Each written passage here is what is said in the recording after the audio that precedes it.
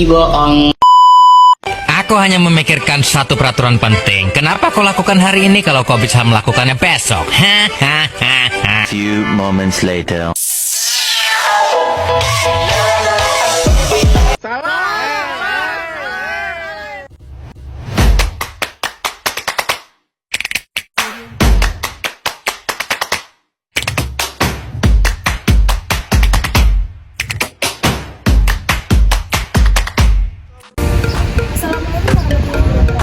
Hai, perkenalkan nama saya Astria Waldrikma dari NIM 40323014. Kenalkan, nama saya Hayri Sadika S. Agimaya, NIM 40323008. Kenalkan, nama saya Rizky Iswatu Masana dengan NIM 403-23013. Perkenalkan, nama saya Asa Fadila, NIM 40323027. Nama saya Maulida Indah Prameswari, NIM 40323039.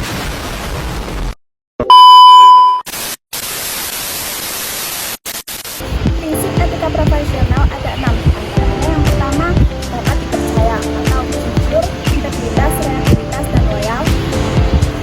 Yang kedua, penghargaan atau respect. Contohnya kepantasan, sopan santun, dan toleransi. Yang ketiga ada responsibility.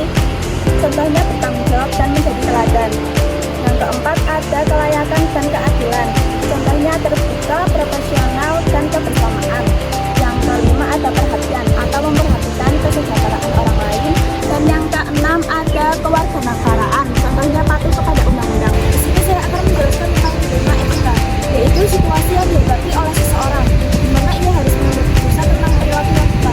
Contohnya kisah Robin Hood, ancaman dari klien terhadap auditor.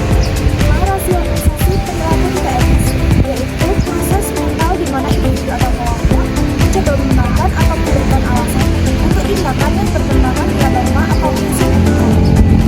Proses ini sering terjadi ketika seseorang merasa tertekan untuk melakukan sesuatu yang tidak sesuai dengan nilai-nilai mereka, tetapi ingin mengurangi rasa bersalah atau kecemasan yang mungkin timbul akibat tindakan tersebut. Selanjutnya, etika profesional organisasi profesi. Yang pertama, profesional adalah seseorang yang memiliki keahlian, pengetahuan, dan keterampilan dalam suatu bidang tertentu, serta menjalankan tugasnya dengan standar tinggi dan etika yang baik. Kedua, etika profesi adalah sekumpulan prinsip dan norma yang mengatur perilaku anggota suatu profesi dalam menjalankan tugas dan tanggung jawab mereka. Etika ini bertujuan untuk memastikan bahwa profesional bertindak dengan integritas, tanggung jawab, dan menghormati serta kepentingan orang lain. Yang terakhir, public trust atau kepercayaan publik merujuk pada keyakinan masyarakat terhadap institusi, organisasi, atau individu dalam menjalankan tanggung jawab dan perannya dengan baik, transparan, dan akuntabel. Kepercayaan ini sangat penting dalam berbagai konteks termasuk pemerintahan, bisnis, dan organisasi non-profit.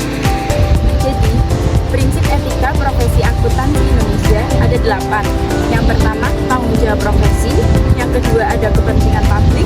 Yang ketiga, integritas. Yang keempat, objektivitas. Yang kelima, ada kompetensi dan kehati-hatian. Yang keenam, ada kerahasiaan. Yang ketujuh, perilaku profesional. Dan kedelapan, standar teknis. Prinsip yang pertama, ada tanggung jawab profesi. Maksudnya tanggung jawab profesi ini adalah setiap anggota harus senantiasa menggunakan pertimbangan moral, dan setiap profesi harus menjalankan tanggung jawab profesi itu dengan mengatur dirinya sendiri dan memelihara kepercayaan masyarakat. Prinsip yang kedua, ada kepentingan publik, yaitu setiap anggota berkewajiban untuk senantiasa bertindak dalam kerangka pelayanan kepada publik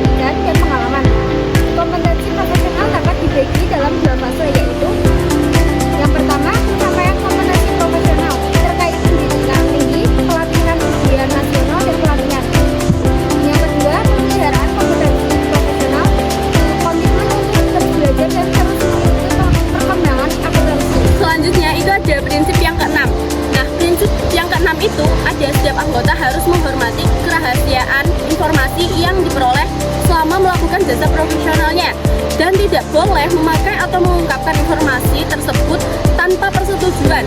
Nah, kecuali itu jika ada hak atau kewajiban profesional atau hukum untuk mengungkapkan tersebut. Yang selanjutnya itu ada prinsip yang ketujuh. Nah, di prinsip yang ketujuh itu setiap anggota harus berperilaku konsisten dengan reputasi profesi yang baik dan memenuhi tindakan yang mendiskreditkan profesi. Nah, itu maksudnya anggota itu diharapkan bertindak dengan cara mencerminkan nilai-nilai dan standar etika profesi mereka sehingga reputasi profesi tetap terjaga. Nah, itu anggota juga harus menghindari tindakan atau perilaku yang dapat merugikan citra profesi mereka.